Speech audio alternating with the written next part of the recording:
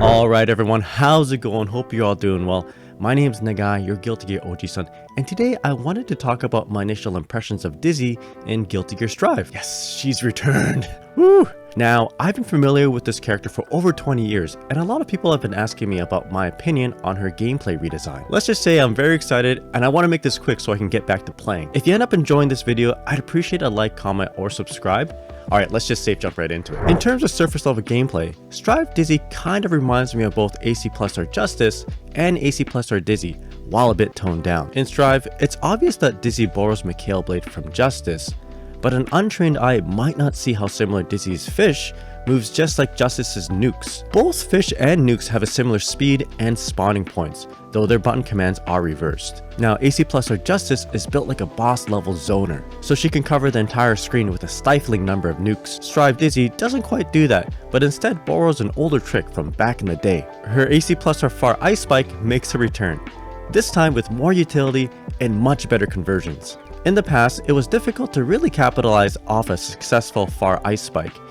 It was effective in a few matchups, but mostly dealt mild damage off unsuspecting foes. It was more of a knowledge check after a long-range knockdown.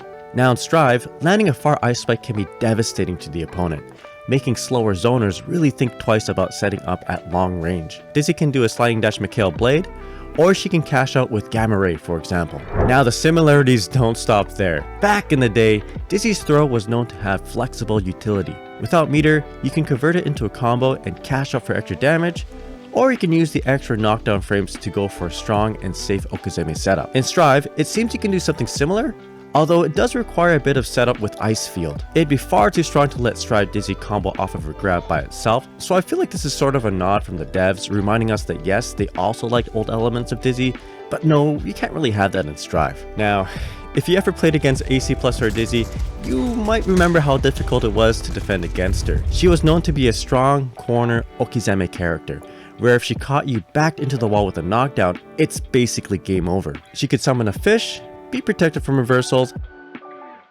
and then apply not one, but two 50-50 high-lows. And don't even think about dead angle attacks. That's YRC for you Strive players. This obviously could not be in Strive. While it is true that she can't do this to you anymore, the spirit of her older Okuzeme is kinda still alive in Strive. After a 2K 2D K-Fish knockdown, you can microdash jump forward, and then either air dash back delayed JK for a high, or you could land and do a 2K for a low. When going for the high, it's important to wait until the air dash ends, and then press JK. Sadly, Strive Dizzy lacks an area with a backwards hitbox, so we have to delay a bit during the air dash before Dizzy turns and faces the opponent. I don't know about you, but when I first saw this, I was thinking, there's no way this is an actual mix-up. Come on, that's way too slow for a high. But just to make sure, I wanted to count the frames. So if we count the frames starting at the first frame of visual difference, we can confirm that the high hits quite late on frame 19, while the low hits on frame 10. It's a pretty big gap, but we can manually delay the low to match the timing of the high. You know, at first I was thinking, yeah, this definitely wasn't like how it was back in the day.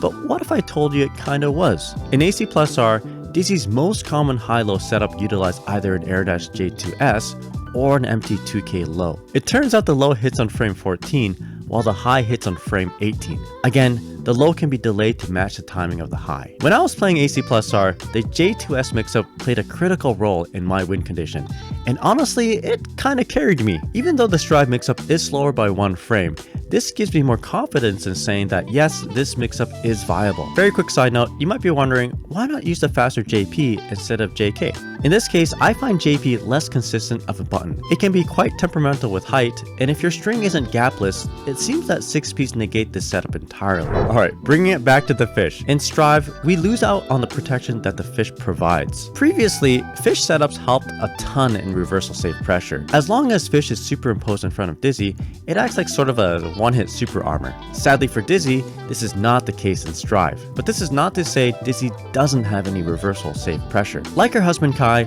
she could set up a projectile in a way that it leads first, dash in alongside that projectile, hold block while the fish attacks, and then start pressure. There is a way to kinda have fish absorb a hit for Dizzy, but this involves using disjointed hitboxes. After a mid-screen grab, you can summon a fish and then far slash. Very cool setup, but you do sacrifice on forward moving block pressure. And of course, she could also safe jump. The easiest auto time safe jump after a throw is empty 5p, hold up forward, and then JK on the way down. Safe jumps aren't the most flashy of setups, but they work well enough, especially since DPR seeing doesn't exist in Strive anymore. So far, I talked a lot about the similarities between old and new Dizzy, but I haven't really mentioned much about the differences. Right off the bat, it's clear that Strive Dizzy works more comfortably in a long-range game. Not only that, she easily does huge damage now. As long as you learn how to consistently dash Mikhail's sword, she can dish out meterless damage like she's never done before. Dude, just look at this close as 2H BMB. This is bonkers. This is a side of Dizzy I've never seen or experienced before. I've never felt this much power while piloting this character. With that said, this combo does start off with a close slash, a mid, which really shouldn't open up our opponent without sufficient conditioning. We're more likely to open up with a 2K2D,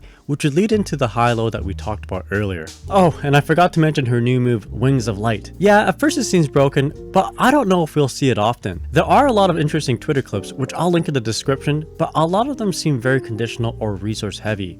Feel free to check them out. Alright, I think I'm done talking about Dizzy, at least for today. As for my opinion on whether she's good or bad, unfortunately my work life has taken up a lot of my time, so I actually haven't been able to play her much. Not to mention I decided to do 2 8-hour-long streams that visually compared Season 3 to Season 4.